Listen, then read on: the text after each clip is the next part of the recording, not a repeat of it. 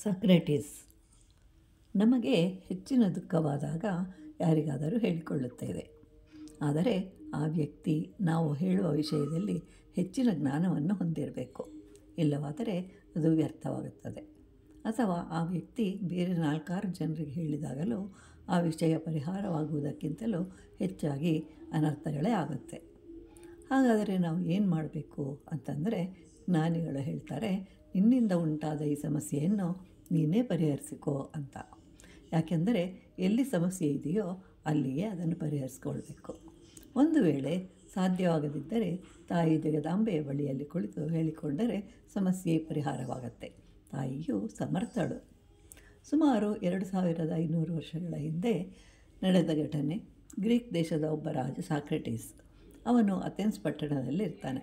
ಅಲ್ಲಿಯೇ ಇನ್ನೊಬ್ಬನು ಬಹಳಷ್ಟು ದೇಶಗಳನ್ನು ಸುತ್ತಿರ್ತಾನೆ. ಆದರೆ ಅವನಿಗೆ ಯಾವುದರಿಂದಲೂ ಸಂತೋಷ ಸಿಗಲಿಲ್ಲ. ಆದ್ದರಿಂದ ಅವನ ಸ್ನೇಹಿತರು ಸಾಕ್ರೆಟೀಸ್ನನ್ನು ಕೇಳ್ತಾರೆ, ಅವನಿಗೇಕೆ ಸಂತೋಷ ಸಿಗಲಿಲ್ಲ ಅಂತ. ಆಗ ಸಾಕ್ರೆಟೀಸ್ ಹೇಳ್ತಾನೆ, ಅವನು ಎಲ್ಲಿಗೆ ಹೋದರೂ ಅವನಲ್ಲಿದ್ದಂತಹ ಅಹಂಕಾರವನ್ನು ತೆಗೆದುಕೊಂಡು ಹೋಗ್ತಾ ಇದ್ದ. ಆದ್ದರಿಂದ ಹೊಸತನ್ನು ತೆಗೆದುಕೊಳ್ಳಲು ಅವನಿಗೆ ಸಾಧ್ಯವಾಗಲಿಲ್ಲ. ಉದಾಹರಣೆಗೆ, ಸಮುದ್ರ ನೋಡಿದಾಗ ಅಷ್ಟು ವಿಶಾಲವಾದುದನ್ನು ಗುರುತಿಸಲಿಲ್ಲ. ಅವನ ಅಹಂಕಾರವೇ ಹೆಚ್ಚು ಅಂತ ಅಂದ್ಕೊಳ್ತಾನೆ. ಸಮುದ್ರ ಸೌಂದರ್ಯ ಕಾಣಲಿಲ್ಲ. ಆಕಾಶದಲ್ಲಿ ನಕ್ಷತ್ರಗಳೂ ಕಾಣಲಿಲ್ಲ.